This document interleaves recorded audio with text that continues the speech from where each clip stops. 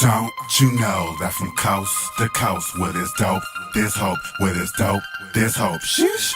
Wait, is it lit? Don't. All right. It's been a long time. We shouldn't have left you without a dope pod to step to. Come on, man. I see what you did there. The kids is back, man. It's a Herbal Tea Podcast. You know what I'm saying? Episode 34. It's your man, EarthTone. And your man, the real PZ. We about to get the vibes back, man. The city been a little low without us, man. It's been... I feel a little drop in energy, bit, man. We've been busy working. You know what I'm saying? We had to take a little self-care time out. Self-care. You know what I'm saying? Is the best health care. Exactly. But we back at it, refreshed, and ready to get into this music, man. It's been a lot going on in the streets, on the music front. You know what I'm saying? In this cannabis industry, it's a lot of things to get into. Big things are going. You know what I'm saying? So we just gonna jump right into it. Who we got first on episode 34? Who's the first Q plus artist? These Q plus guys, man, they be doing anything. They going crazy out here. We got a fancy one. This is a popular, a fan favorite. Well, at least I'm a fan. I don't know about this guy over here. You know what I'm saying? It's a bit of a debate. But we got Tyler, the creator. Oh, for real? In the building. Get out of here. Tyler, what? Ladies and gentlemen. You know what I'm saying? You know what I'm saying? Whoa. Bringing him to the stage. Or as he's like to go with these days, Mr. Baudelaire. Mr. Baudelaire. You know what I'm saying? Tyler, the creator, I'm sure most of you already know who he is. He's a familiar face around these parts. Q plus artist from Cali, writer, songwriter, rapper, producer. You know, he does it all. Co-founder of the illustrious, the well-known, somewhat controversial alternative hip-hop collective I.K.P. Released his solo debut mixtape, Bastard, in 2009. You bastard. You know what I'm saying? Just, broke away from the group a little bit. You know, he's a bright star. He had to get up out of there, do his own thing a little bit. And then he went on to release his solo studio debut, Goblin, in 2011, which birthed the single Yonkers, which is kind of how I got onto him. I mean, I knew about I.K.P. and everything, but when Yonkers came out, it was like, okay, wait, this is a little different. And it was super different. The video was different. You ain't really hear Cali dudes rapping on East Coast type beats like that. And then he wasn't rapping like how you would think he would get on that type of beat. He was just saying some old crazy shit. And then he was eating cockroaches in the videos. It was crazy. And then after that, every 2 years, he released a solo debut, solo studio album from 2011. So every 2 years, he hit you consecutively up until this year, 2011, which is 10 years since he dropped his debut. He's been around for a decade. He's been around here, man. Decade. 2011. Yeah, and even a little bit more before that, because I.K.P. was before that. So he been out here. He been out here. Get that man his respect, man. Put some respect on his name. Shit, I've been out here for a decade too. My first album came out same year. Oh, excuse me. Heard you. You know what I'm saying? Respect due. All respect due. All respect due. He launched a TV show on Adult Swim with I.K.P. Collective. It was called Loiter Squad. That was in 2012. I'm not sure many of you probably seen that, but it was like one of those little, you know, Adult Swim got those funky little quirky shows. It was one of those type crazy out there shows, but it had a little run. I think it might, I don't know if it's still on the reruns, but I think it had about a 4 or 5 season run. He made several references to being at least bisexual in his music. A few. One mainly where he talks about, trying to fuck Justin Bieber repeatedly, repeated attempts, and he also made attempts as homeboy A$AP Rocky, which is still, it's up in the air if he is or if he isn't, but the way he plays, you're going to have to deny it for us to, you here now. We claiming you now until you deny it. So there's a lot going on with this guy. You playing too much, yeah. And he actually won his first Grammy. He won a Grammy a couple years ago for Best Rap Album for Igor, which was his last studio album that came out in 2019. So he's about due for his new project, which we about to review. But hold on. Okay. Wasn't he a top 50 on the Q Plus countdown that we did? Of course he was. I mean, of course he was. I forgot what number. He's a top 50 alumni. I think he was like top if not top 10, 20, top 15, top 20, something like that. Yeah, he was up there on the list. For sure. Definitely a top 50 Q Plus alumni. I mean, you see the resume, you see the record. He's been consistent year after year. Now, there's a bit of a debate on his projects. A few of them. I probably, for myself personally, I didn't really grab on to his projects. Wasn't a fan until like Flower Boy, which was not last. It was the one before Igor. So the one before that was the Cherry Bomb, which was really kind of turned me off. That was a weird, crazy album, but he's been consistent with it every 2 years. I mean, that's a consistent stretch, especially for in these day and age with a studio artist. People release all types of shit, but he's been consistent with it every 2 years, full-length projects, and they've been, some of them critically acclaimed, some of them not so critically acclaimed. But here we have it. Call Me If You Get Lost, the new project, the new offering from Tyler, the Creator, came out June 25th. 16 songs, 52 minutes, 10 seconds, so about an hour listen. You know what I'm saying? Man, listen. This is a quintessential rap album. We got a motherfucking moon rock. Oh my God. On our hands. Ladies and fucking gentlemen. I really did it. I really did it. I went there. We got a moon rock, 92%.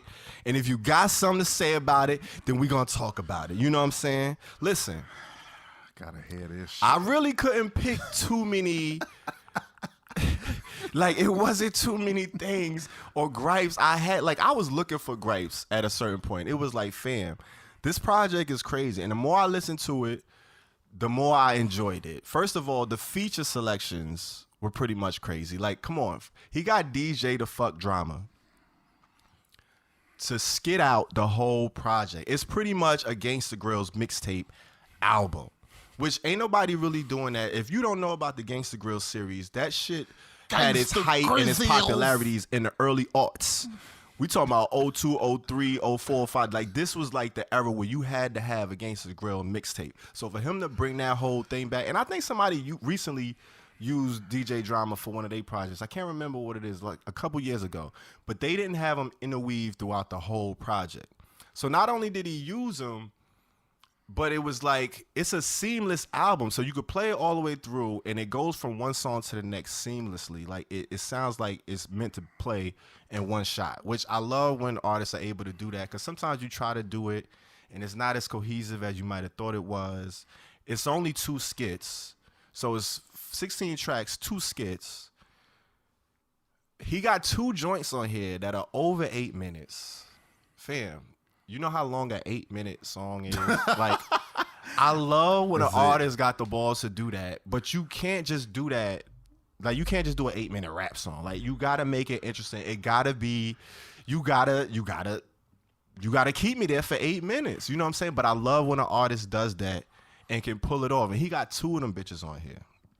And then the features, he got Lil Wayne is on here. That's a usual suspect for him, though. He had him on like 2 of his other solo projects. He got Pharrell and Lil Uzi Vert on a joint. That's crazy. Like, all of the joints, I don't even know, man. Like, they all crazy. It's on some the sound of it, the production of it. First of all, he produced the whole project. Like, I'm going to just say that. He produced the whole project. So when you listen to the production quality on this project, it has that Golf Wang sound. Like, he has a little quirky hip-hop bop to him that he has throughout all of his production. But this, I feel like he mixed in a bit of that. He got a bit of that little Griselda influence. Like, everybody been hearing those grimy, loopy kind of sounds. That Alchemist, I could hear that influence in there. He got a little Jamaican reggae twang joint on here. Like, he kind of took you to a few different places. And then he got the What's Your Name joint, which is like a 90s R&B type of bop. And then he got NBA Youngboy on there singing his heart out. Like, fam, it was too many moments on here. He got Wayne on here going off. Wayne went crazy. You know what I'm saying? And he on here getting introspective as well. He got the joint where he revealing to you, he pretty much talking about his growth from the first project to now. He talks about his little puberty phase where he was feeling it out. That's where we got the Cherry Bomb album, which it sounds like he was feeling his way through the project. It was a little, you know what I'm saying? Like, it's a lot of little moments on here. He got the Mama Talk skit. You know what I'm saying? Where he has Mom Dukes come on here and she talking her shit. Like, she talking her shit. She reminded me of my older sister so much on the whole skit.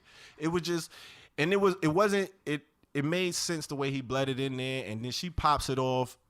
It bleeds into the beginning of the next song. I was just like, come on, man. And then the last track, the Safari joint, which I don't know if it's him in the beginning and it's pitched up, because it sounds like a whole nother artist, but then if you listen to it, it sounds like it might be him pitched up, like he did something with his voice, and there's no other feature listed. So I'm like, damn, is this him? Is he trying to? And then the last verse, he goes crazy. He ends the album, I'm only 29, but I've been focused since 30 M's. And then drama, come on, and that's it, and we out. Like, that's how the album ends. Like, I don't know, man. Like, this is a quintessential album. And then you talk about being authentic and true to, like, yourself. He ain't on here talking about no gun shit, no hard shit, no extra. He bragging, talking his shit, but we know he worth a certain amount of M's at this point. So he got the shit that he talking about. And it ain't on some flashy just to be flashy. Like, he got that chip on his shoulder because he was the awkward kid growing up. Niggas, you know, they used to shit on him, shit on our Future. They was the outcast, the riffraff. You know what I'm saying? They wasn't supposed to make it this far. He's been consistent, dropping an album every 2 years to mixed reviews, but his last joint won a Grammy, and I think this motherfucker hit it out of the park. I don't know, man. Peasy, I'm interested to see what you over there on your phone. You look like you getting more Cliff Notes and Google Notes and shit to retort or do something. I don't know what's going on over there. But I feel like you got a lot to say. I was just doing a little bit of, because I kind of went in a little bit. You know what I'm saying? So let me turn over the floor. A little bit of a. Let me turn over the floor, and not to mention though, I love the fact that he creates a new character for every project. It seems like he's been doing that, at least for like the last 3 projects. We get a new character that ties the theme together, and then the videos and the visuals that came out with it. He kind of put his foot in this one, man. He was busy in quarantine. You know what I'm saying? He was busy. He's getting to work. He's getting to work. You know what I'm saying? That's all I got to say. That's all. I'm gonna leave it there. Go ahead. No, I mean, listen, go ahead. listen. I want to hear what you got to say. I need you to get everything that you need to get out. You know what I'm saying? I had a lot to say. It was a lot. It was a lot because I listened to this project. I sat with it for a bit. This is a big deal. You gave it a fucking what? You know I don't get, and this is the first rap project that I gave a moon rock. Yeah. The only other moon rock I gave was you already know the moon rock. Right. You know my moon rock. Barely had any words You on know what I'm it. saying? So like, This was all music this time around. 2021 you talk about rapping, like this nigga on here rapping. Like, and it's like, man. Go ahead. Moon rock. I mean, that's pretty much, it's enough said. When you say moon rock, you already know what it is when it's coming from me. Like, I gave you all of the reasons and the details. You could take it how you want it. But Moon Rock is enough said about this project. Y'all need to go listen to this thing, man. Go check it out. Yeah, go ahead. Light that, hit that. Because this shit, man, he put his foot in this one. And then when I saw that he produced the whole project, there's 2 co-producers on 2 different songs. That's it.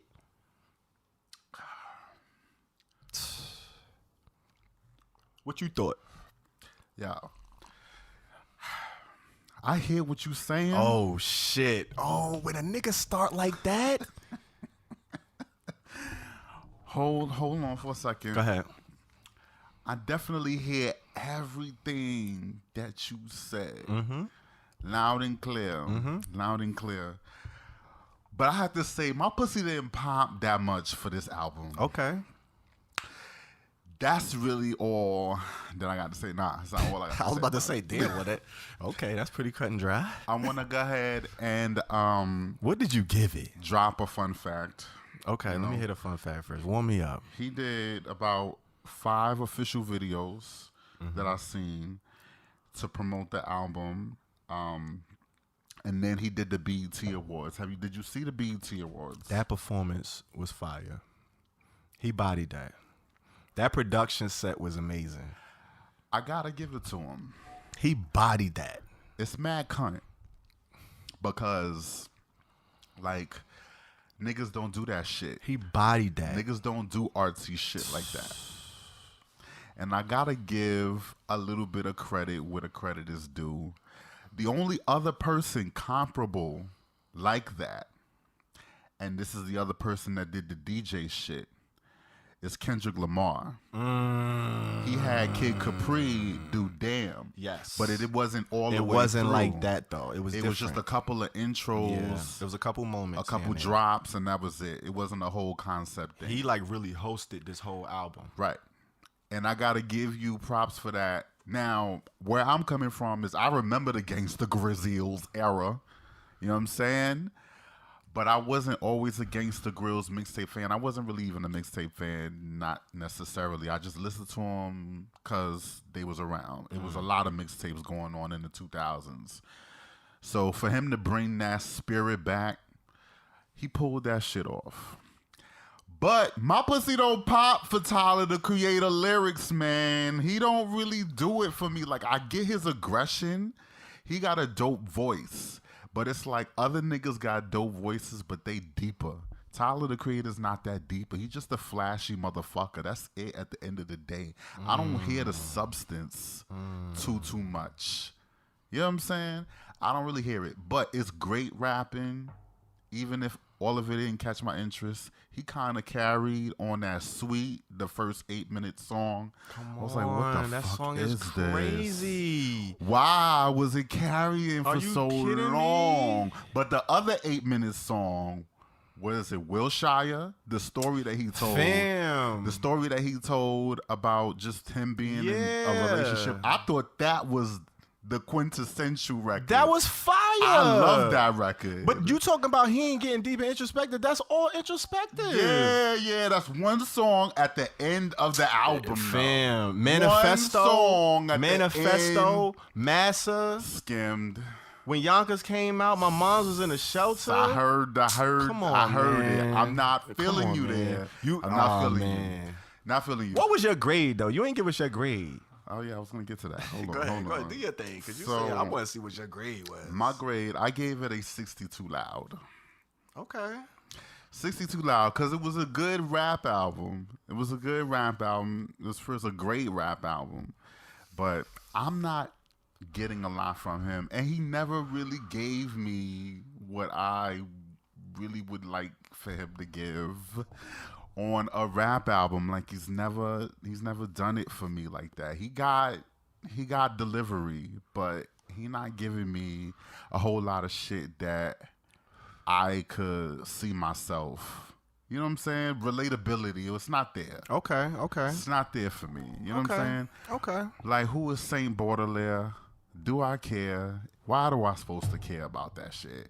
It's a great character, a little bit of escapist, and I fuck with escapist. I guess when I was younger, I was more into it because, you know, you young. But I'm at a certain point in my life now where it's like, if it ain't hitting my heart, because I done been through things and I need some people to talk to me to know if I'm not going crazy. But he didn't give me none of that. He just gave me young nigga shit. And I guess he a young nigga, sure, but you been doing it for just as long as I've been doing it. So what's going on? What are you giving? You know what I'm saying? His performances, I give him that. Like, his visuals, the way he's rolling it out, next level.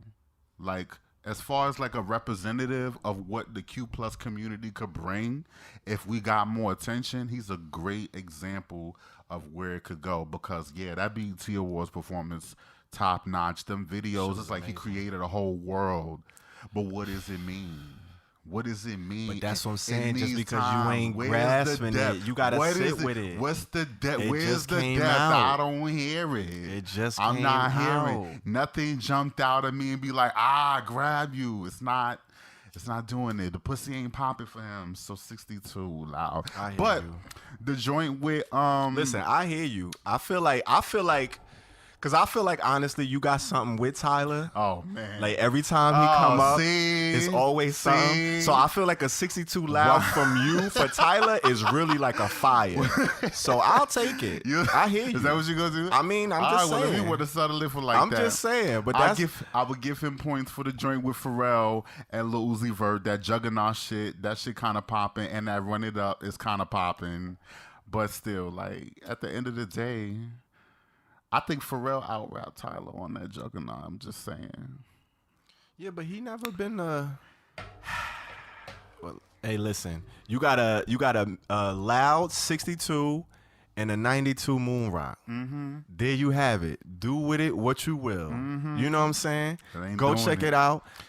A 62 loud is doing it. Is your pussy popping? But is a 62 loud not a great grade? It's the best grade I could give it. That's a good grade. I know. You acting like that. But that's what I'm saying. Like, you trying to make me feel You bad. just say he not doing it. He not doing it. That's why I'm like, 62 loud is doing it. That's a pretty good grade. No. Well, depends on how. If you choose to look at it, I'm going to let you have it. But fam, when I'm looking at the chart, once you get into loud, that's a good album. Yeah. Yeah, but it's not as good. It's not Moon Rock good. This the thing. To me, it was. See, but that's what I'm saying. We talking about mine. Mine is not. It's not Moon Rock. It's still a good grade, though. You ain't got to worry about my Moon Rock. I'm talking about your loud. That's a good grade. I'm not worried about your Moon Rock. I'm saying if I was to give it a Moon Rock, then that would be a better grade than a 62. But for me, it's not Moon Rock. Period.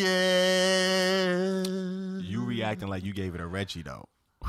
That's why I'm like, 62 is still a fucking great grade. Like, that's a good grade. I mean, yeah, it's not a Reggie. It's not a Reggie. That's what I'm saying. You known for giving out Reggie. You trying to make me feel like I'm like bringing the kid down, like, because I got something against Tyler. That is not what's going on. You definitely got something against You think I got something? I don't got nothing against Tyler.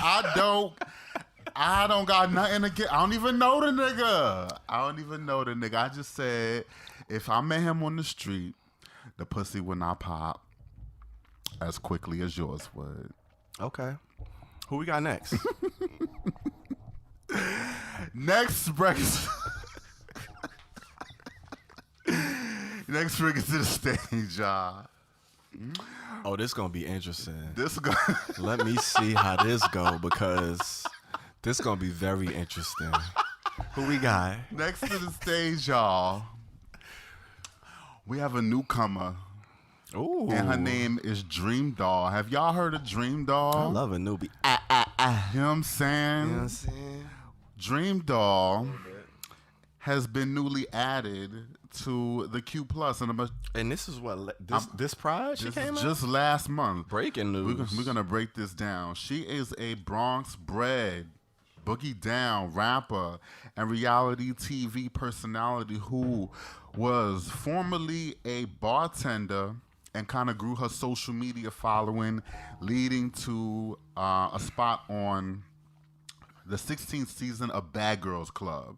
I ain't never seen Bad Girls Club. I just heard about it. I already know that's a certain level of business right there. Oh, God. She then began her rap career aligning with DJ Self and his Gwinnett Entertainment label and issuing an EP, Life in Plastic, in 2017, which made it to the iTunes charts at number 15. Okay. Singles included Everything Nice, Team Dream, that's the one that went viral. Then she joined season 8 of Love and Hip Hop, where, you know, she kind of throws down in Central Park, and then issues the next EP, Life in Plastic 2, which dropped in 2018 with a string of follow-up singles, and that's where you get the I with 5-Yo Foreign. And who got the hookah?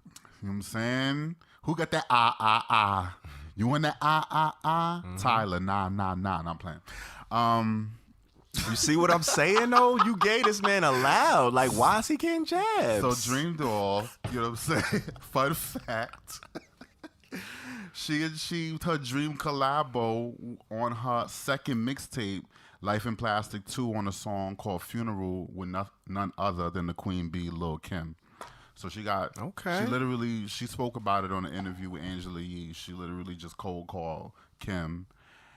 y'all got this song, you know what I'm saying? I got 2 songs for you, you know, get on the one you like, and Kim came through. That's what's up. And it's a tight little joint. Okay. So, yeah, so that's DreamDoll. Have you heard of DreamDoll before this? I have heard of her before this. I know the I song very well. Right. Actually, I know, like, Joe Budden was a big fan of hers. So I watched the Joe Budden podcast, and she was always a name that would come up as one of the new hip hop chicks that they really like. But I was never I never really got into a catalog. I didn't see her on Love and Hip Hop. I didn't know she was in Bad Girls Club. So that's interesting that she got to start there. Yeah, I knew she was on Love and Hip Hop, but I never watched the season she was in. But I definitely know the name. Like, I've heard her around. She's been doing her thing. She got a few recent big collab grabs. Like you said, she got the little Kim feature, so she's been doing her thing. She's been ringing little bells. Sure. I haven't seen any of the shows that she was in either. I've heard her name float around, but it's been an explosion of female rappers first of all, and which is great. I love it. It's great. We coming from a time where Nicki kind of was the only one for she was the only a decade. One. It was tumbleweeds, drought, like Remy said. Yeah. But yeah, DreamDoll, I've heard her name a lot before in different collabs and whatnot. And then her coming out definitely, made some noise. And then she came out as Bye in June 2021, and then went on to drop this single that we about to review right now, Tryouts. Try out pussy, try out pussy. It came out on June 11th, 2021. And it is her 6th solo single of 2021. And I gave it a 77% loud. Wow. I fuck with this song. Wow. Okay. I like the way this came out. Okay. I like the way this came off. Okay. You know what I'm saying? They got a little bit of a, it has a 90s vibe in there with them horns. It sound like the SWV. They Anything definitely you sampled, want sampled. yeah. Mixed with the chopper style The drums. Yep. And I fuck with that. Like, I like transcending shit like that. Like, a little homage here for this 90s era and a little homage to the 2000s era. And then the way she coming off on the track, like, I love New York rappers. That's just kind of like a biased thing. Like, I love New York, and especially female New York rappers, because there's not really that many that you can name. It's a little bit more now since like Cardi B and Young M.A. came through, but especially ones that explicitly Q+. So, I mean, I just like the way she came off on the record, and it of course remind me of other records like Little Kim when she did Dreams and she wanted to fuck all the R&B dudes, and songs like that. Barbie Dreams, I think Nicki Minaj did that on Queen. Like, I just like that concept. I did something like that on my mixtape. I called it Super Ho, and I was talking about, just kind of getting with a lot of the other Q+ artists that were out at the time, including my ex. I put them in the song, so they immortalized like that. So I just like that concept. So, you know what I'm saying? On a basic level, like I said, she ate this fucking song, and it's a dope little rap track. I fuck with it. Okay. DreamDoll with the what? 77? 77 loud. 77% loud. Wow. Okay. I was on the other end of the spectrum. I knew you would be. I was just waiting for it. I'm not going back to this song. If I don't need to listen to it to review it, no, sorry. You're not gonna. I'm gonna skip these tryouts. Damn. Yeah, I'm sorry. I gave it a 28% Reginald James. Can we go get Sir Reginald? We had Sir Boulder there, but we need Sir Reginald today. Go on and bring him to the stage. All right, Reggie, don't rush in here like that. And all right. So one of my biggest things, and you mentioned it, like. This is literally a concept that every artist does or tries their hand at. Yeah. This is not like, I think it might have started with Biggie's Dreams. Like, he might have been the first one to do the R&B, the Patti LaBelle. Fucking Patti LaBelle, ooh, Regina Belle, she probably do me swell. Jasmine Guy was fly with Mariah Carey, kind of scared. Like, come on. Right. When that's the originator, and then Lil' Kim took a hand, like, mad people. You gotta come with it with this concept for me. Like, you can't just name all of the chicks that's out, say you want to get with them. I mean, One day, me, Barty, Nikki gonna have a menage. Mm-hmm. How lazy is that bar? Like, Nikki, menage, okay, yeah, we get, like, it's just, I don't know. I didn't get any lines that was creative enough. She was just like, all right, I'm gonna just name all the chicks, fit it in, make it rhyme, and we got one. And I just came out, oh, they gonna love it. It was like, and then the beat was cool. I saw the sample, but it sounded like they just took the two samples and put them together. And ain't really, I feel like the beat wasn't finished. The production wasn't really, I don't know. And then the child pussy. Like, I don't know. It just, I didn't get the same feeling from it. It didn't come off as genuine for me. Like, it felt like she just came out and now, like, okay, I got to make my out song, really solidifying it. And it was like, here, this is it. Like, that's kind of what I got from this joint. And it was just like, Somebody's not feeling your girl dream girl. They're not having dreams. And I fuck with DreamDoll. That I is my shit. Like, I love that song. This wasn't it for me. I don't know. Maybe it's the timing of it. Maybe I don't know. I don't know. It wasn't. It didn't catch me like that. Nah. Yeah. Try again. Tryouts wasn't it for me. Damn. What? There you have it. A 28% Reginald James and a 77% Loud. Imagine. What did you think? Imagine. Go check it out, man. What kind of feels DreamDoll is giving you? What kind of dreams did you having from this tryout? Mm-hmm. You know what I'm saying? Mm-hmm. Did you make the team? I don't know. Go check it out. Let us know what you think. Herbal Tea Gang, we're going to keep it moving, man. Let's keep it moving. Who we got next? We have an interesting character coming up next. Sure do. This is definitely a first for me. I'm not too familiar with this guy or them. Yeah. If you want to be, politically correct and everything and make sure you respecting everybody's boundaries, you know what I'm saying? And honoring how people want to be identified and all that because they deserve that respect. You know what I'm saying? There you have it. One of the first fun facts. Pronouns used, they, them.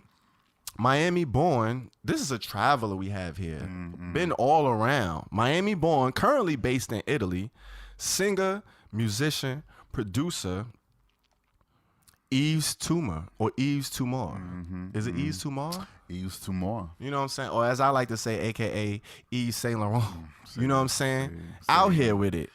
Raised, throw a shoe at him. Raised in Knoxville, Tennessee. So born in Miami, right?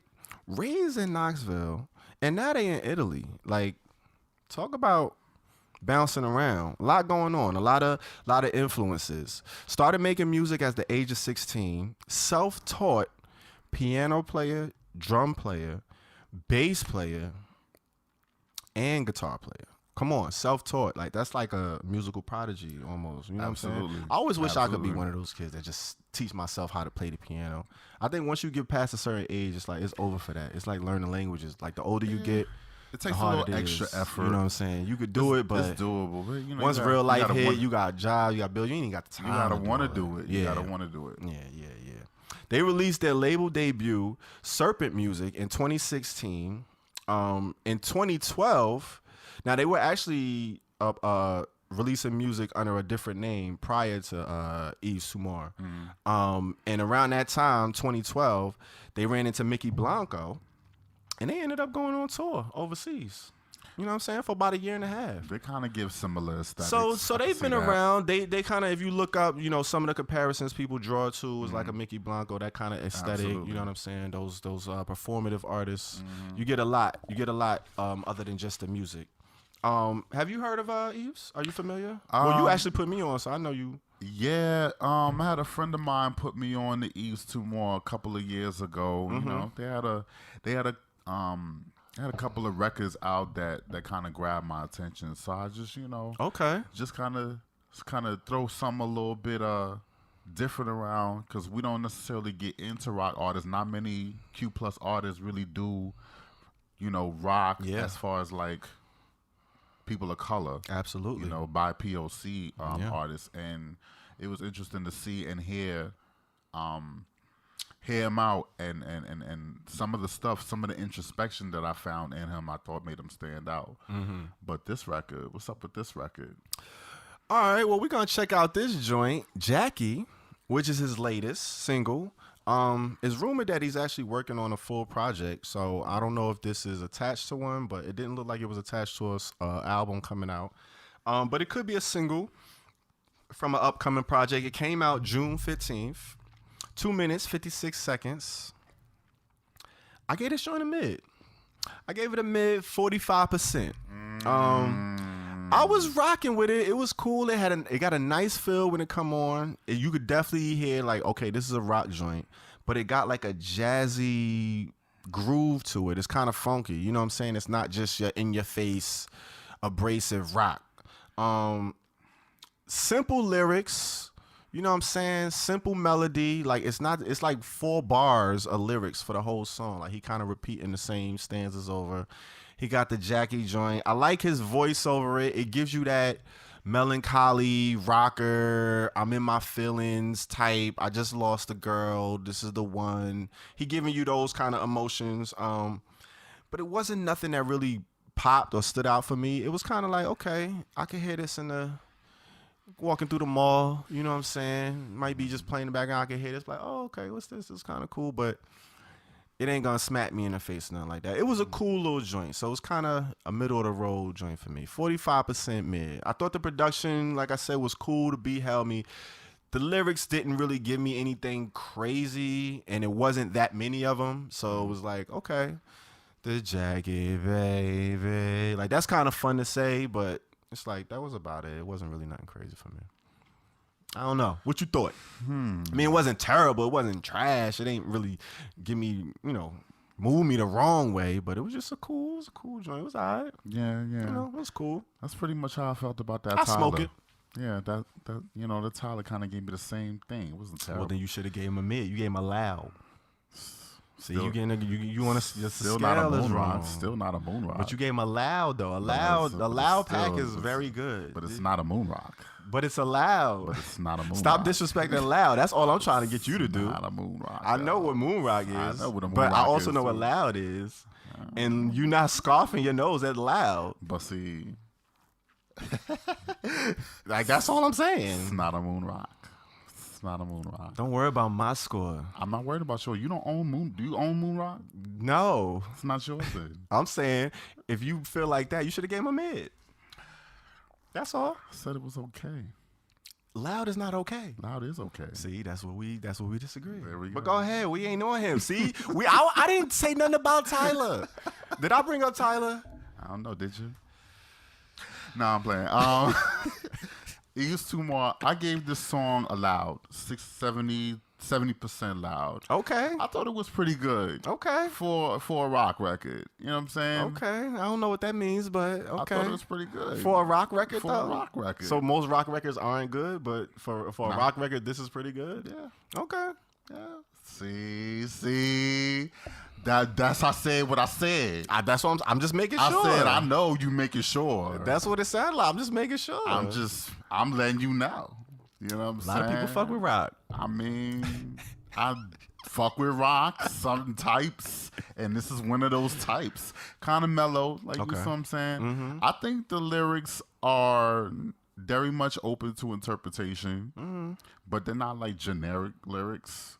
Sounds like something specific happened, but it's like not making it really, really all about him. Yeah. It's kind of making it something that you could put yourself in. You know what I'm saying?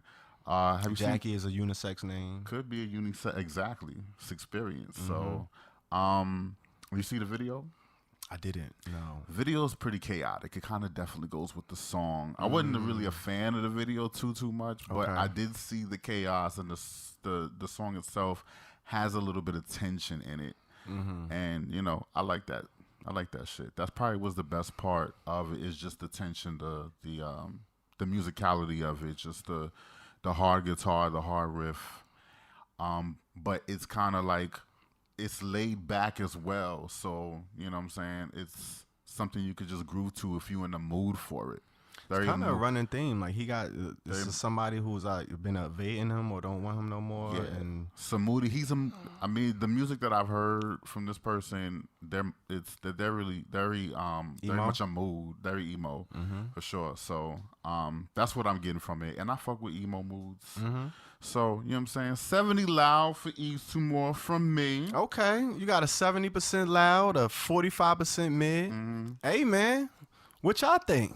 Go check it out. Let us know in the comments. Who we got next, man? Who we bringing up next to the stage? Oh shit! This is a good one. So what's that? This is a recurring. How many times has this person been on the show?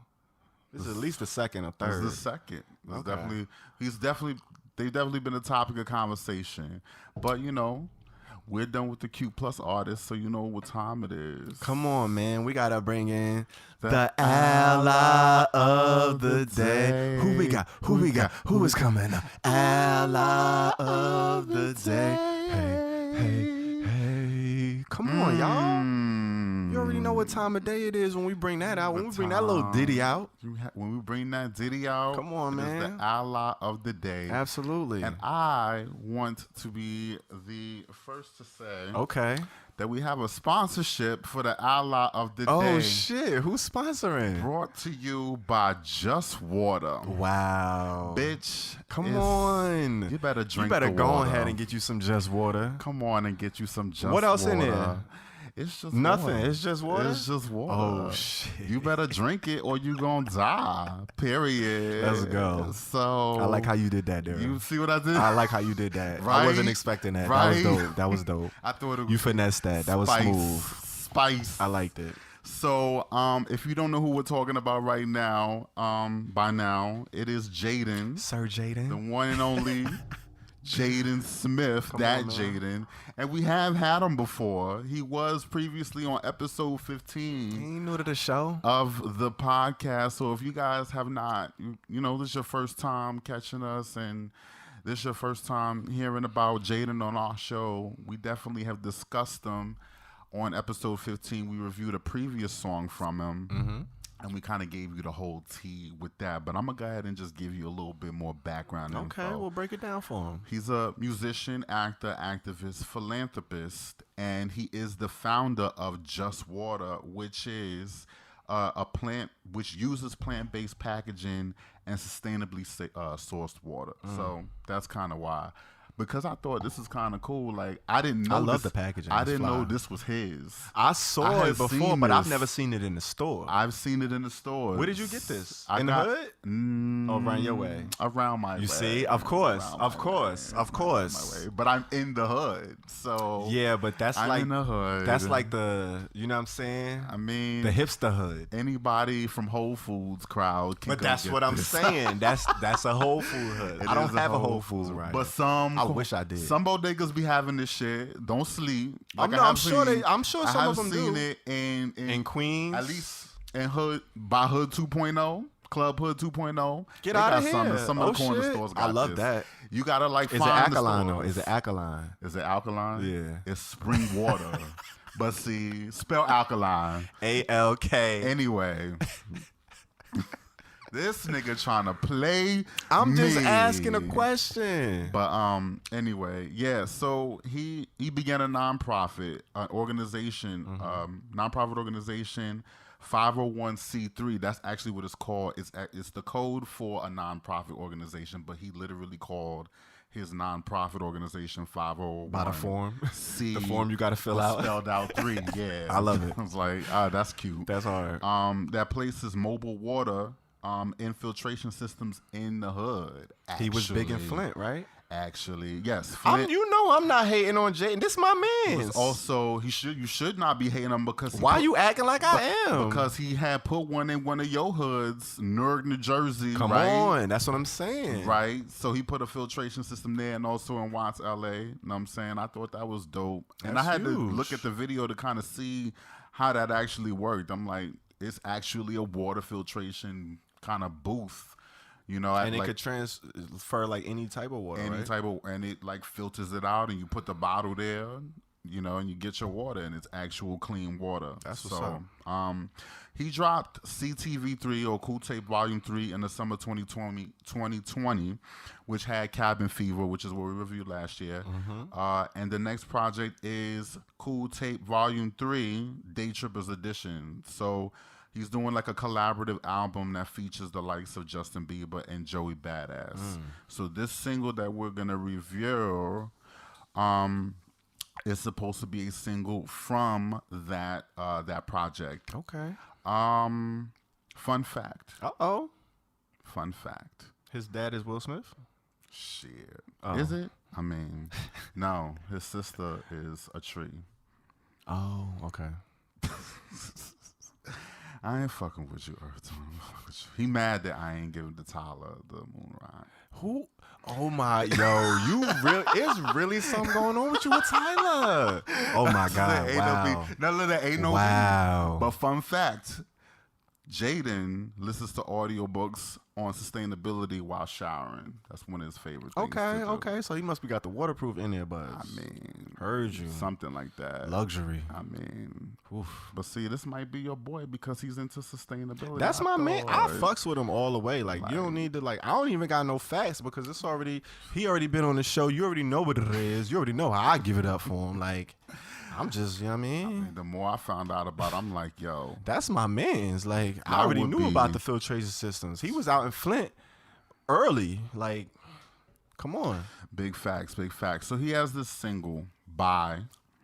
Came out June 22nd, 2021. First single of 2021. I'm just going to say, bring out the fire trucks because... And this fire don't need to be doused by no Flint Oh my water. God, interesting. Keep that fire going because I thought this song was 85% fire. Damn. I fuck with the record because I like that this is his lane, and I hope that this is his lane. Interesting. This is interesting. I think this is his lane. Okay. I like the melodies, some of the melodies on it. You know what I'm saying? I like the 85% fire. 85 fire Holy for this shit. song. I like the outro. I like that he, the rap on it. Like, the song gives me feels because you got to be really, really sensitive to kind of write these type of songs. You got to really, really be in your feelings. And that's what I thought. Like, I'm a fan of alternative rock. Yeah, and so that's kind of really why I mess with this record because it gives me all of that. It gives me the very California kind of alternative rock, but at the same time, I want to go back because I've been there before. I kind of get the vibes there. Cali, ooh, I could use some Cali right now. Yeah, definitely. Okay, damn. As a songwriter, I like his pen. I like his pen game a little bit. His pen game is definitely on some different shit. Yeah, it's eclectic. Yeah. So, and as far as like him rapping, I think this is the type of stuff he should be rapping over because I don't really buy him as a rapper on like rap beats because you don't fuck with him when he talking his shit. Nah. Oh wow. I like him when he's talking shit on stuff like this. Okay. Because then I'm it fits him more to me. Okay. But 85% fire for the bomb. Oh my love. Damn. That's that's a big rating for you. Love. Okay. Cause especially I know you ain't the biggest Jaden fan. I give ratings where it's due. You feel me? I don't understand. I guess. I don't know. I mean, something going on with you and Tyler, man. You brought him up every segment. I ain't say nothing. Really? You gonna watch this on the playback air. and be like, wow, maybe it is something going on. No. But okay, 85% loud for the young king. 85% fire. I'm sorry. Fire. I gave it a 70% loud.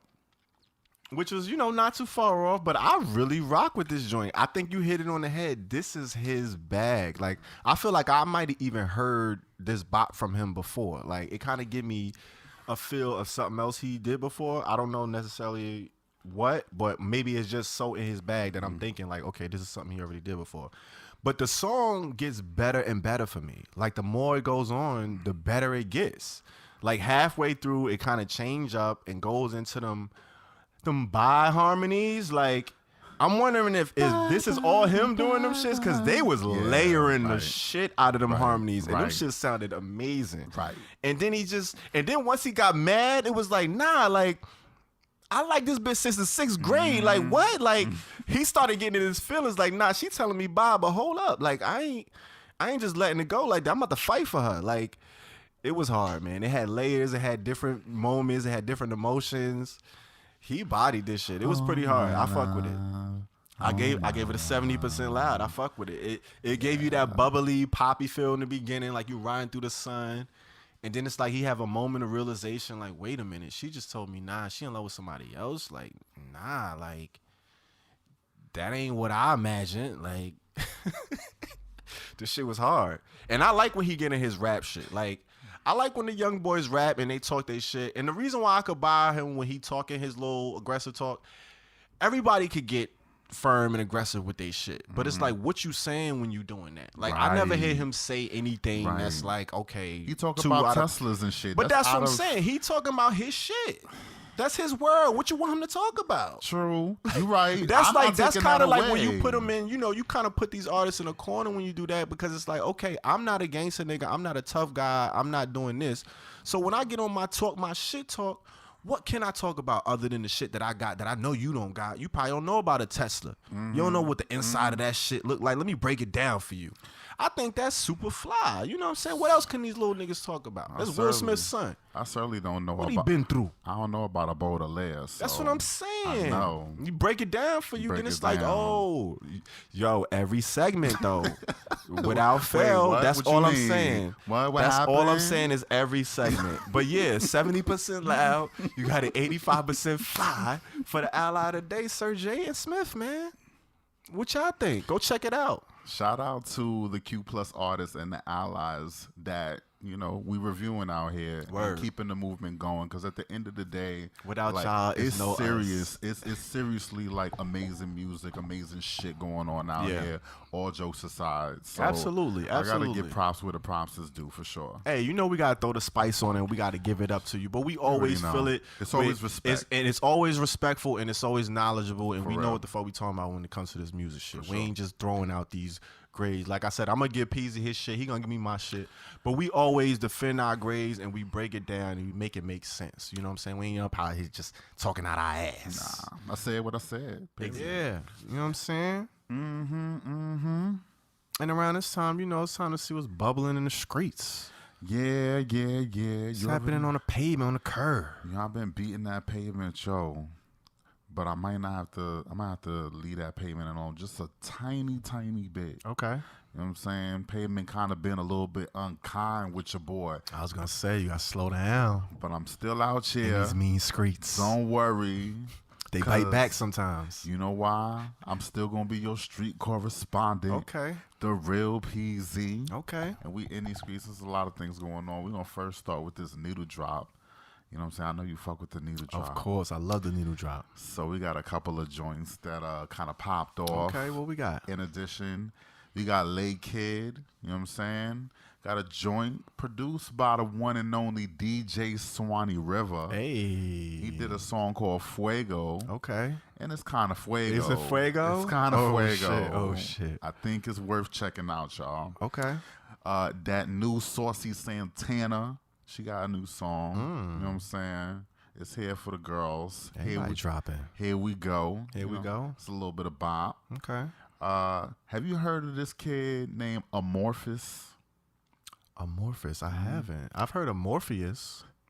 Not the same one. Not the same thing. Okay. Totally opposite. Got you. Okay. Brand new era. That's the older era. Heard you. This is the new era. Okay. You know what I'm saying? Put me on there. Amorphous is a Philly kid, He is definitely one, he's openly gay, and he admits as much in the article that I read. I believe he was in either Them magazine or one of those related magazines that I said. He's definitely an openly gay producer, DJ of sorts.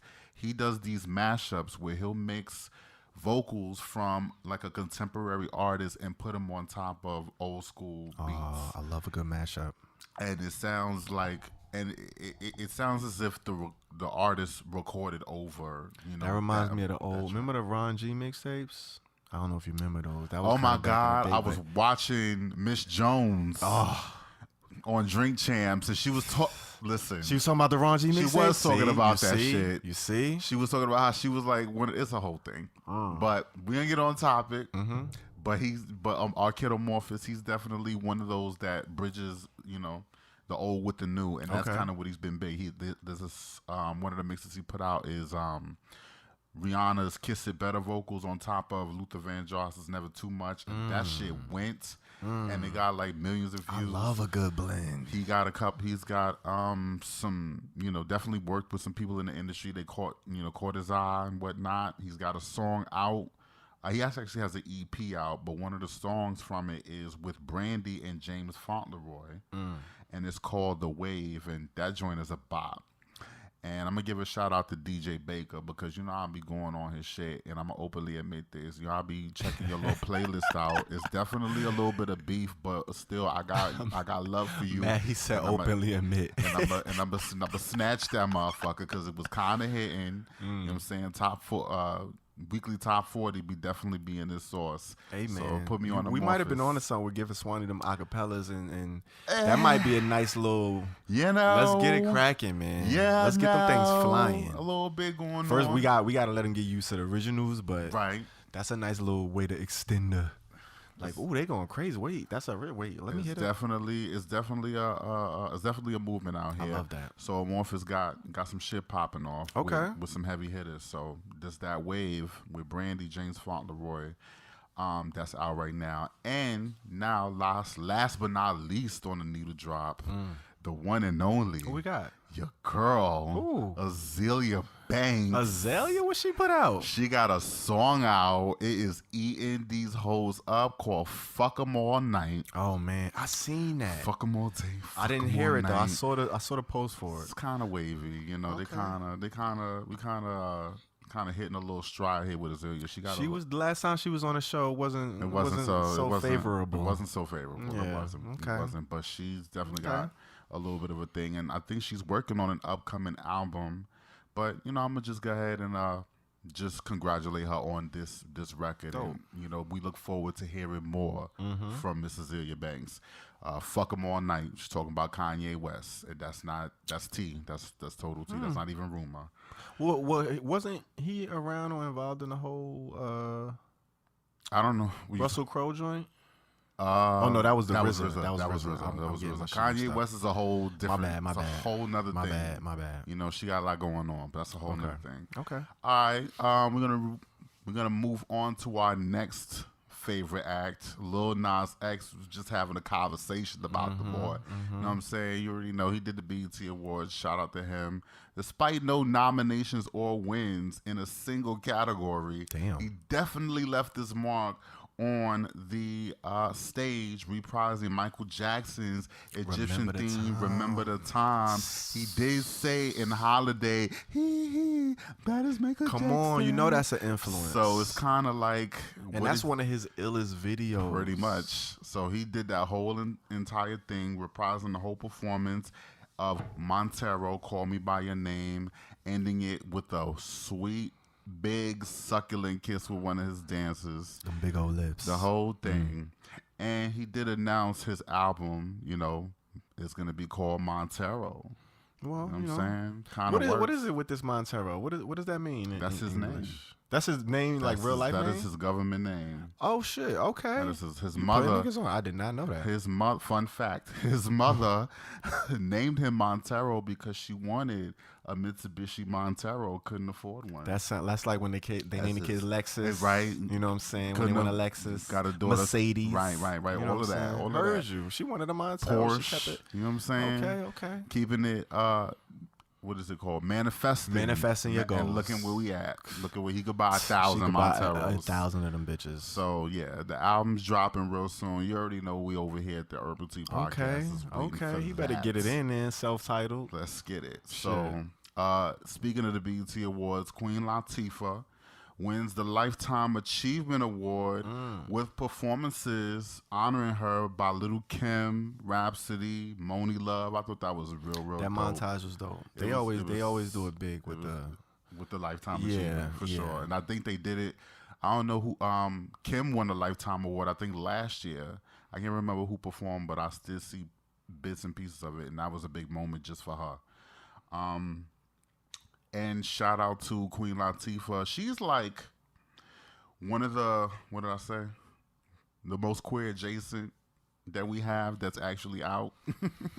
So you know what I'm saying? Definitely gave. She's one of the old school for Q sure. plus. You'll artists. never know. Yeah, it's for like sure. you know, but you never know. Yeah, you never it's know. Like one of those. You know, she did give a little bit of shout out to Pride Month at the end of her acceptance speech. So that's what's up. Let that be a thing.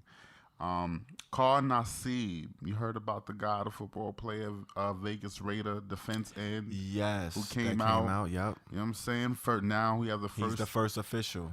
Active openly gay NFL player. Active. Yep, active. Michael Sam was. So when he came out, was he drafted already or was pre-draft? I think it was pre-draft because he was still trying to find. He was still trying to find a team. He was still trying, and then he never really landed a team. He never came out really like around the landed. draft. He probably should have waited.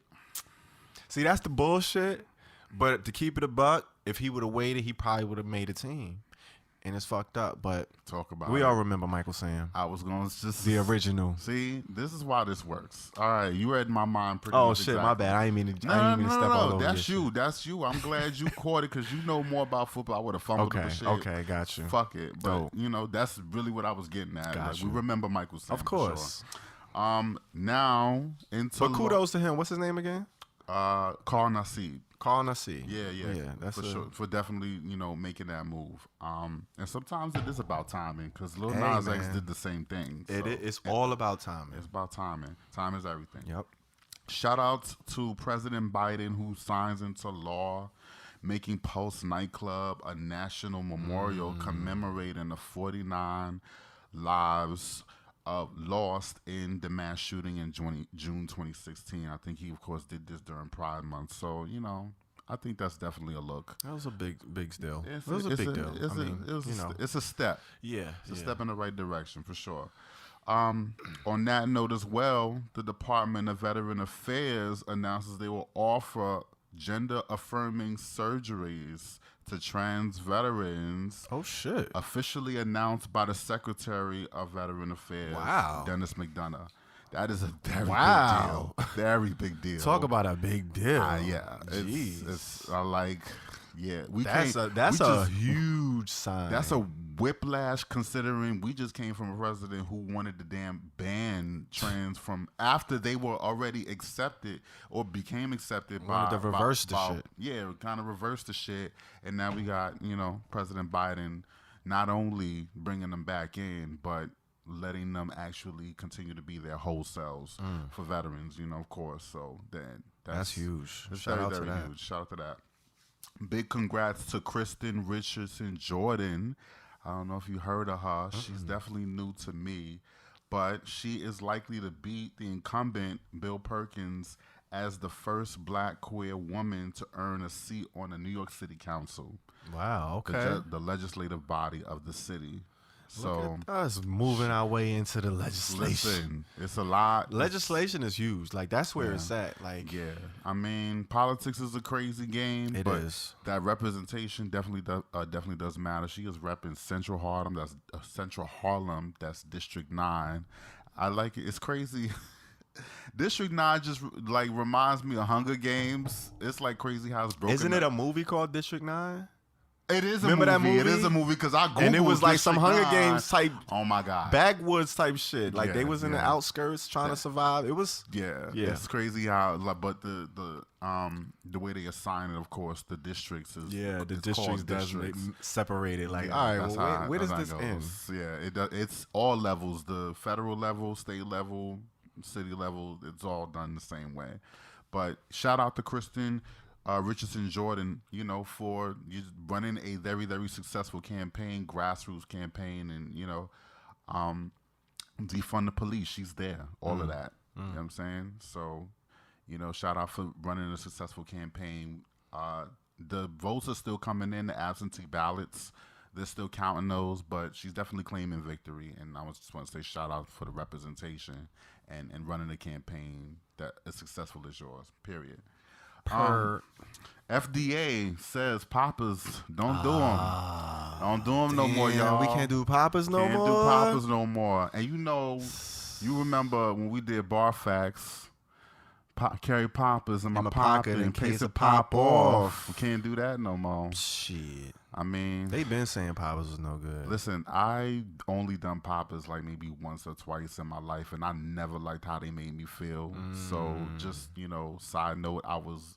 So you was bluffing on that joint? Definitely, You was doing false bars? You was stunting? Definitely carrying. Damn. I was carrying. It wasn't false. I did them. I heard and you. I would have did it again. I heard you. But I mean, I'm just saying. Got you. You know what I'm saying? Don't do them no more. FDA say they ain't cool. Meanwhile, we still have other shit going on that's much worse than poppers. Like, I already thought they wasn't for the faint of heart. I mean, I wouldn't run around thinking they was a supplement. I mean, it's people be sniffing nitrous oxide and shit like that. That's a thing. That's a whole... It's nail polish remover. It's nail polish remover. People do it. Like, what you thought? What you expect? you might die. You probably lose a couple of brain cells every time you sniff die. it. I'm pretty sure. Brain death is a thing. Yeah. It's real. Yeah. That's right. That's we got that, but I want to also bring it back to the true roots of this thing, because guess who's back? It might be the Alliance. Man, listen. I want to talk about the Alliance for a second. Let's flex on them. The energies are gonna get different. The energy gonna get real different in a minute. Man. It's gonna be real different. They just got the album though, because we putting this out in August. At the end of July. Yeah. But let's talk about the Epicenter video and everything that we did. You know what I'm saying, to make that shit happen in a crunch. Painting a runway. Because we did the song. We did the song, but then we wrapped up recording the album and just kind of like planned this video right after, and then went and did it. Yeah, and then did a photo shoot. All throughout Pride Month. It was within a month. Once June hit, like we kind of finished the recording. What was it? The end of May? The end of May. No, we finished recording in April. Yeah, at the end of April, because I think that was the last month. We just that was the last month we had leftover sessions. We had two sessions in May, cleanup sessions. So we was done recording in May. Yep. And it was in the mixing segment within May, and then it went to mastering in June. And June was like, all right, pick up time, photo shoot. That's it. Let's get the covers done. Let's get the video done. We had to get it done, and we had to make that shit happen in short order. Recording that video in Randall's Island. That was a dope experience. That was a fun shoot. It was hot. Outside of the first outside. Once we got past the first hour with the contacts. Because if any of you saw, I'm sure you've seen a video floating around. That was a situation with me and B Hood cooped up in a whip, looking at the rear view mirrors. You know what I'm saying? Trying to get the contacts in our eyes. It was an experience. I've never had contacts in my eyes before in my life. Yeah. So that was the first time of me ever putting contacts in your eyes. And if anybody knows putting them things in your eyes for the first time, it takes some getting used to. I tried putting contacts in both of their eyes. One of them didn't work. I did it for EarthTone, and then I tried to do it for Billy. This is after I got mine in, and I helped Swanee get his in perfectly. And I dropped Swanee's twice. I was going to say, I was over there struggling too. But once you got it in Swanee's eyes, I'm like, he can get it in mine. Swanee was good to go. And I tried to go to your man right next to me. It was not working. My eyes, the reflection of my eyes was too strong. I had to get past my reflex. He would not keep his eyes open. It's kind of like key. It's hard. Contacts. But, we got him in there, and everybody... You see the video. We in there glowing. You know what I'm saying? It worked out. Yeah. Just a little behind the scenes, tea. But the video was definitely a whole key. I fucked with that video. It was fun, man. It's one of my favorite videos and video shoots. We put that together pretty quickly. Shout out to Mike Ezrachi. Yes. That's his name? That's how you say it? Ezrachi, I think. Ezrachi. Yeah. Shooting that video, editing that video in short order for us, and bodied it, making that whole thing happen.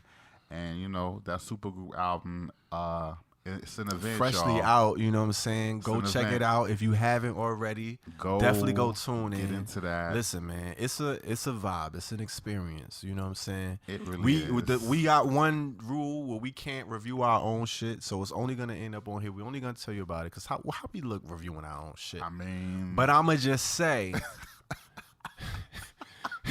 For the record. In lieu of that, if I were to rate it, it would get one of the grades that we already got on this episode. That's all I'm gonna say. That's all I'm gonna say. Yeah. That's all I'm gonna say. Period. That's it. Period. That's all I I'm would saying. have to agree. That's all I'm gonna say. Bro. Yo, go ahead. Working on, and I don't want to get too much into it, but I just want to say, like, working with you guys on this fucking album, like, working with you guys is always fun for me. It is. It's a different part of my brain. It's a different part of my being to work with the Alliance. You won't get what I give for the Alliance on a solo album. It's different. It's a whole nother. You can't. I'm in my feelings when I'm in my album. Yeah. With the Alliance, I don't have to be in different. my feelings. Yeah. It's different.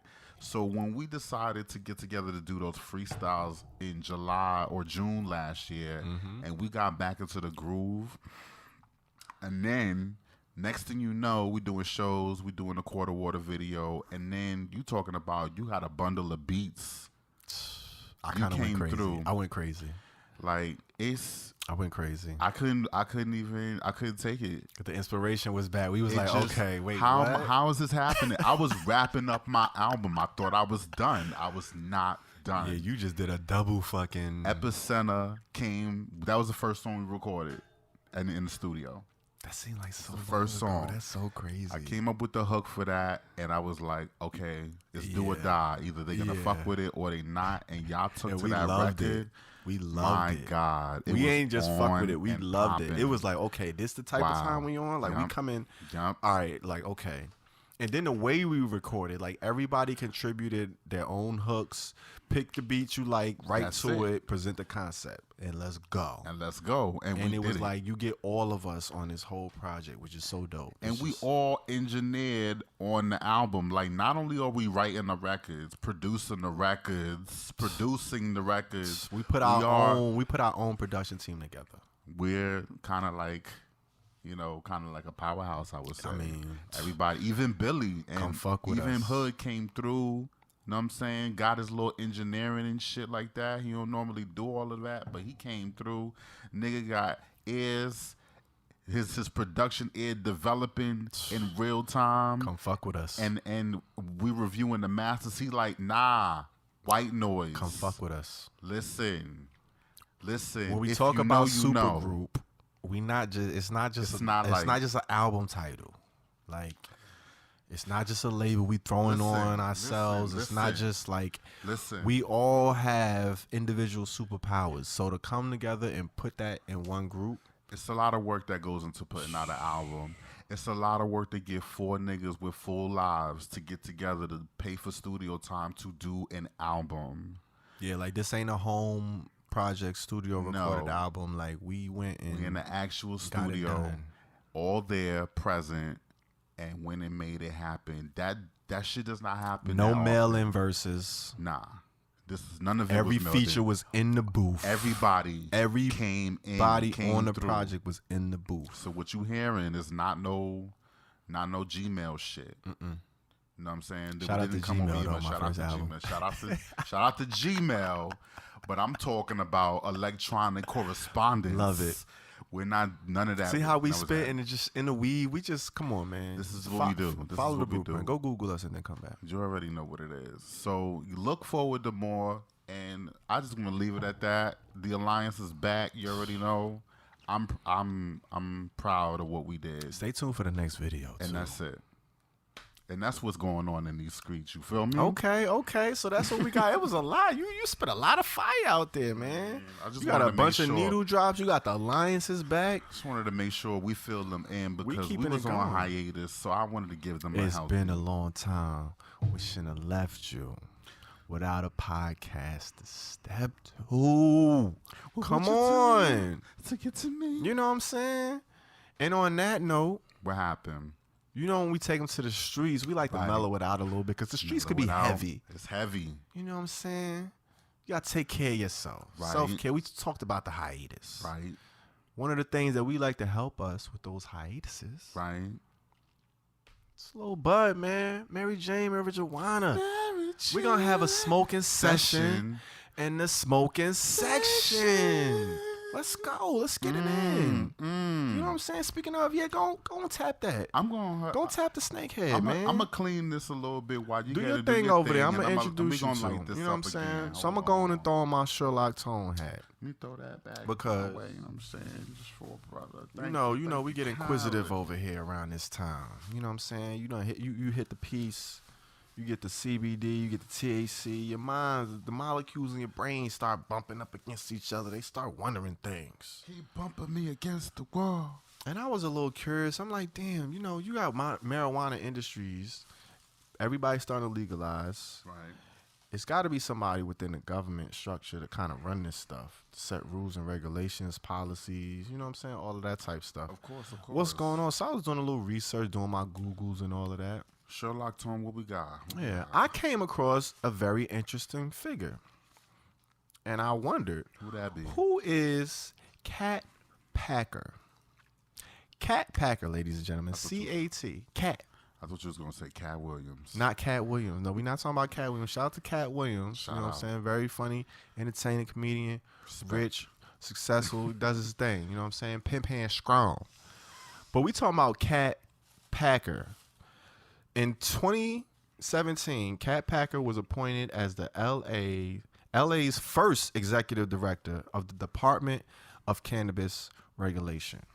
You know what I'm saying? So pretty much, she's the HNIC when it comes to this marijuana industry shit, especially when it comes to LA. And you know, LA is like one of the main hubs when it comes to, bud, marijuana, Cali trees, all that good stuff. They've had the dispensaries on lock for a minute now.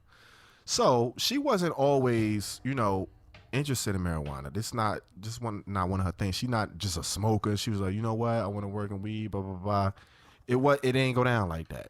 At her core, she's an advocate for equality and inclusivity. You know what I'm saying? She's an LGBTQ alumni, participant. A word. You know what I'm saying? She's fam. She's fam. You know what I'm saying? True and proud with it. Actually, you know what I'm saying? She went on and studied law at Ohio State University.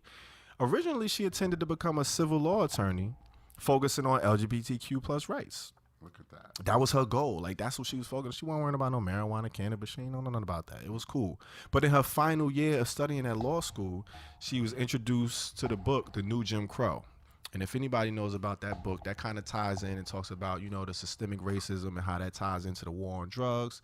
The whole history of America behind that. If you don't, go brush up on it, and you'll get the idea why that book kind of changed her course and her trajectory. And it really connected the dots for her as far as, America's history and how that played into the discrepancies when it comes to traffic laws and, drug laws and different things like that. So immediately after graduating, she started working with the Drug Policy Alliance and the 2016 Ohio campaign for adult use legalization. So they were trying to legalize marijuana in Ohio back in 2016. Now, unfortunately, the bill would fail, but her experience with that campaign and trying to fight for that legalization, it gave her the know-how and the understanding that it's going to take, a certain amount of due diligence and, creative legislation that's going to benefit communities, because the policies that's being injected, it's not necessarily benefiting communities of color, people that's less fortunate, people that have been, disproportionately affected by the war on drugs. Where it's got to be people in these top positions that's going to fight for these equal opportunities, because that's something that we like to throw around and people like to say, the corporations like to say, but are they really implementing this, and is it things in place that's going to make sure people are being held accountable to make sure we get some kind of balance in this system, because we've been at a disadvantage for years. And this is one of her biggest goals. She pretty much took up a calling. There was actually an event that she heard about soon after working with the Drug Policy Alliance. They were sponsoring an event where it was pretty much a one-day session, and they were set to sit in front of the United Nations and talk about drug policy and how that relates to race. And she got wind of this event, and she was like, you know what? I got to go. I got to check it out. I got to see what's going on. I got to see who's going down here. She went down. She ended up bumping into Lynn. I forgot the last name, but she was actually Lynn Lyman.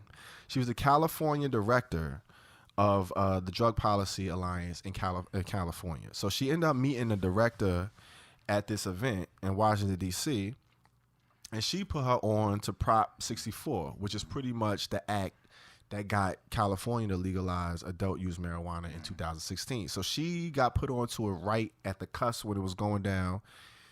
A few months after meeting Lynn, she ended up moving out to L.A. and becoming a part of the fight and, you know, the people that were pushing this Prop 64 Act. So, of course, history would have it. It would pass. Marijuana would pass as, you know, legal for recreational and medical use in L.A. 2016. So she was kind of at the forefront for this. But she was just getting her feet wet. You know what I'm saying? She would go on, like I said, to become the first executive director of the Department of Cannabis Regulation. And she's pretty much the person responsible for creating an infrastructure for the business of how cannabis is run. So how the dispensaries are set up, how the grants are given out to people who, you know, are afforded them, how the licenses are distributed. She's behind all of that, and she's ahead of, you know, she's at the forefront of, you know, directing all of that, this is somebody who, she wanted to be a civil rights lawyer. Like, this wasn't even her first drug of choice per se. You know what I'm saying? She kind of had a calling. The instances in her life took her this way, and she ended up becoming, you know, this key figure in what is growing to become a profitable economy. You know what I'm saying? And her biggest goal behind it, her being a Q+ person herself, you know what I'm saying, and a person of color, she takes it upon herself to make sure that these equity principles are embedded into this infrastructure of cannabis that's kind of booming right now. She's one of the key figures that's behind, you know, making sure the right people of color or the disproportionately affected communities are getting these grants, getting these programs established. She's also a member of the Cannabis Regulators of Color, which is an organization that's elected and appointed minority cannabis regulators throughout the nation and lawmakers. So it's a group of them that come together and they discuss, like, okay, these are the things that we need to implement to kind of help towards these equity principles. And these are the certain things that need to stop in order for us to better, you know, balance out the scale. So she's on the forefront of this. She's a young executive. She's still in her, you know, late 20s, and she's out here doing it, man. And it's not somebody who, you know, you might not have heard of before. I definitely haven't heard of her. And this is somebody who's of the community and who's doing big things and who's, you know, really evoking change in policy that's going to positively affect the community. So shout out to Kat Packer. Reparations for legal possessions. Yeah, she's out here getting it in. Have you ever heard of her by any chance? I have not. This is the first I'm hearing, and this might be a dumb question, ain't no such thing, but we're talking about a woman of color. Of course. Okay, just wanted to make sure we're clear. Yeah, absolutely. Yeah, queer, bisexual woman of color. Actually, she might be lesbian. I'm not sure. But she's definitely femme, and she's definitely for the people, and she's of the equity and, you know, making sure we get our just due in this whole marijuana boom industry. And she's at one of the epicenters, which is LA. You know what I'm saying? Like, that's a big market. It's not like she's in Ohio somewhere or, you know, in one of the smaller markets where it's not even passed yet.